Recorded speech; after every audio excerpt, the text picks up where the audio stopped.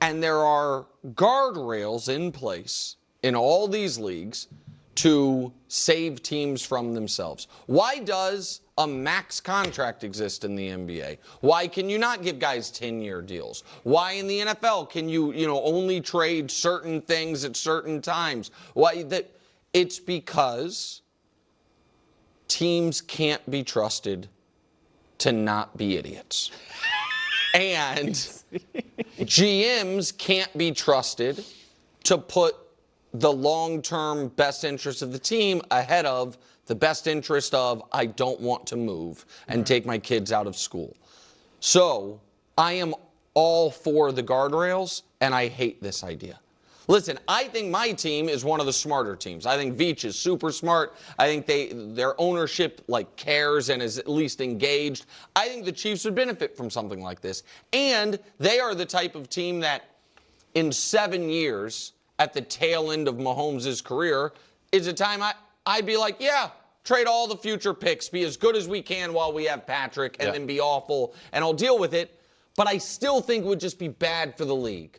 I don't think you should be able to have an absentee owner and a bad GM, and it's like, oh, we're screwed till 2030. We're just out in the wilderness. And so I like the guardrails. I think this would be bad for the league. Look, I think all those points make sense. The NBA's rule is you can trade picks 7 years out. But only every other year. Every other year, The right. NFL you can do every year. And that was, I believe, put in place because of the Cleveland Cavaliers. Ted Steppe. Yes. Cleveland. It's like right. I think but I would be fine with it if that's what they did. I wouldn't be up in arms. But the thing that would raise my antennas is kind of the Knicks' points that the Browns suggested. Right. One of the worst run franchises in sport. Yeah. All right, that they suggested it. If this came from the Chiefs or the Rams or some team that's well-run and smart, now you're right, maybe they'd have ulterior motives, but you say, this guy makes some good decisions. Look at how they run their team. The Browns are a mess. Yeah, I actually find myself very much in agreement with Nick on this one. And when I look at the teams I truly believe in, organizations like the Philadelphia Eagles, sure, they would absolutely benefit from the kinds of things Nick was talking about regarding the Kansas City Chiefs and how Howie Roseman would be cooking in that scenario. But here's the thing, I don't want it. The NFL is already as close to perfect as a sports league can possibly get. It really is. It's about as perfect a system as you could ever design. We see new playoff teams emerge every single year. When a team is truly great, or when they have an exceptional quarterback, they can sustain that greatness for a window of time. But then it becomes increasingly difficult to maintain as the years go by. Maybe you have to move on from a Tyreek Hill. The Eagles win a Super Bowl, and then they have to let go of key contributors. The Seattle Seahawks win their Super Bowl, and then they have to part ways with core players. It's hard to just keep winning year after year.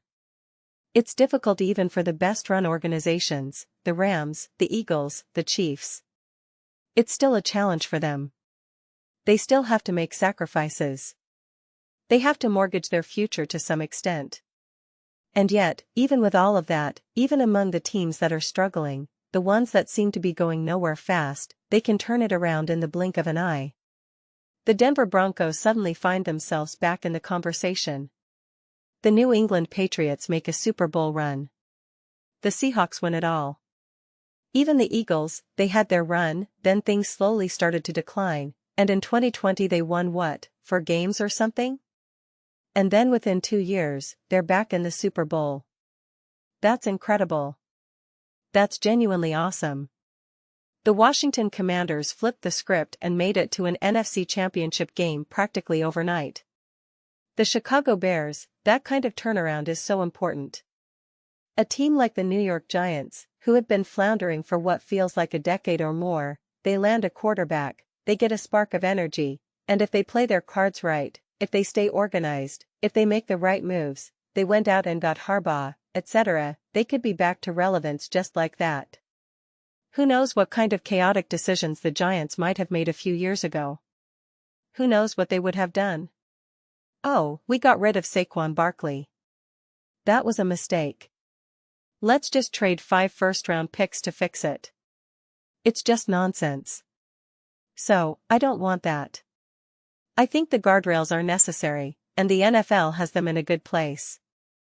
I'm all for tweaking certain rules. How do we make kickoffs better? How do we make the game itself a bit more exciting? Do we figure out the sky judge for officiating? Can you challenge pass interference calls or not? Have we gone too far with roughing the passer? I'm all for those kinds of adjustments because they directly impact the quality of play. But something like this? It makes me genuinely uncomfortable. It actually does. I think it could go wrong very quickly. And it's tough to see. I hate what they've done with basketball. You see trades involving first-round picks, second-round picks, third-round picks, 2 firsts with protections, and you're just sitting there thinking, what am I even looking at? What is this? It's all such a mess. And baseball is an absolute joke. We're going to sign you to a 37-year contract worth $1 billion, but we only have to pay you $1 million right now.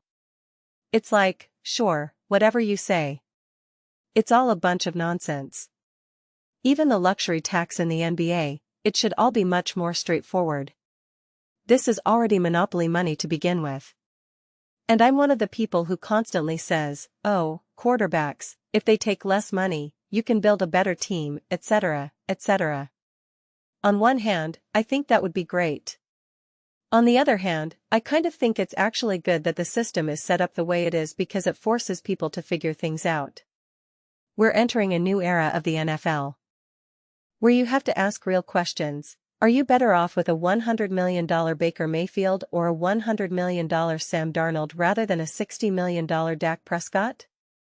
Those are legitimate questions you have to wrestle with. And I love it. It makes things difficult. It makes things complicated. It forces teams to take risks and make calculated gambles. If they succeed, it's fantastic. If they fail, it hurts, but it doesn't cripple you for half a decade where you're just irrelevant. I don't want that. This is something I've talked about a lot, especially in 2024 when we saw a handful of teams seemingly rise out of nowhere, teams like the Commanders and the Broncos. Football is simply better when there are more competitive teams. I get it, if you're a Broncos fan, you want the Chiefs to be terrible. If you're an Eagles fan, you want the Cowboys to be terrible. But watching the Commanders actually be relevant was far more exciting than watching the Eagles play some meaningless game against a backup quarterback. Has it really been fun watching the Chiefs play the Raiders over these last few years? No, it hasn't. What was actually exciting? Watching the Chiefs and the Broncos go head-to-head these last couple of years. That's a heck of a lot more fun than watching a mess of a game with Drew Lock or whatever. You want to watch the fact that a Browns-Steelers game is like, who cares? Oh, we get to watch Aaron Rodgers versus whoever. Okay, cool. You know what was awesome? Lamar Jackson versus Joe Burrow. Watching the Bengals and the Ravens, sign me up. Especially in 2024, those games were bonkers. Those games were insane. That's exciting. That's awesome. So you want more of that? You absolutely, positively want more of that. Maybe a move like this allows more of that. Maybe it allows a team like the Cleveland Browns to finally make a move. But I don't know. Their big move was paying $230 million fully guaranteed to a quarterback, and that didn't work out. So when you think of the teams that are already great, if this allows them to be even greater, then I don't like that. If it allows the Eagles, the Chiefs, or the Rams to be greater, I'm like, for the greater good of the NFL, I don't want that. Think about the teams that have been consistently bad for the last several years: the Panthers, the Raiders, the Titans, the Browns, the pre-Jaden Daniels Commanders, whatever era of the Giants you want to look at, the pre-Caleb Williams Bears. Does this get them to the next level? I don't know. And also, as Nick was kind of saying, if you have a general manager who might be on his way out, then yeah, you take a big swing. Alright, I'll trade 4 first-round picks for Micah Parsons. I just think on one side, it might help the bad teams get to the next level. But I do think the great teams will know how to use this better because they've consistently shown their better run. I personally think the level of parity and how difficult it is to win is great. I think that is so much better than whatever the NBA has going on and whatever baseball certainly has going on. I think this stuff is supposed to be hard. I think it's great that a team like the Eagles win the Super Bowl and then the next year they have to wrestle with things. They have to let go of a whole bunch of guys. They have to try to figure it out. Same thing with the Chiefs. Same thing with the Rams. Same thing with the Seahawks. Same thing with the Patriots. This stuff is supposed to be hard. That's what makes it fun. The fact that this past season, every single week, we all collectively had no idea what was about to happen. Every single week we were just like, did we just witness the craziest game we've ever seen in our lives? Week after week, game after game, we were just sitting there asking, what did we just witness? I don't want anything that's fragile, more fragile than it already seems, that can come and go in the blink of an eye. I don't want that. So to me, this has some potential upside, maybe contributing to that excitement, but I just think the risk is too great. I think it's too big. And I do think the Chiefs, the Rams, the Eagles, again, it'll probably benefit them way more than it will some of the lower-tier teams. Let's just use the last 3 Super Bowl winners, the Chiefs, the Eagles, and the Seahawks. If there was a way for them to leverage something like this to make it easier for them to win the next year, again, if you're a Seahawks fan, a Chiefs fan, an Eagles fan, you're like, yeah, that's great. So what?